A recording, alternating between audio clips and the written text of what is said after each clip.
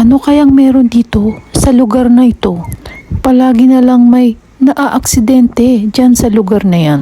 At meron na nga sinamampala dyan. Kaya nga meron dyang maliit na parang rebulto. At paminsan-minsan, dinadalaw siguro ng mga kamag-anak niya dahil may mga bulaklak. At ngayon nga ay mayroon na naman na aksidente. At dahil sa marites nga ako, inurasan ko na rin kung ilang oras, ilang minuto darating ang mga pulis. At na-disappoint ako kasi tinotal ko wala pang 10 minutes.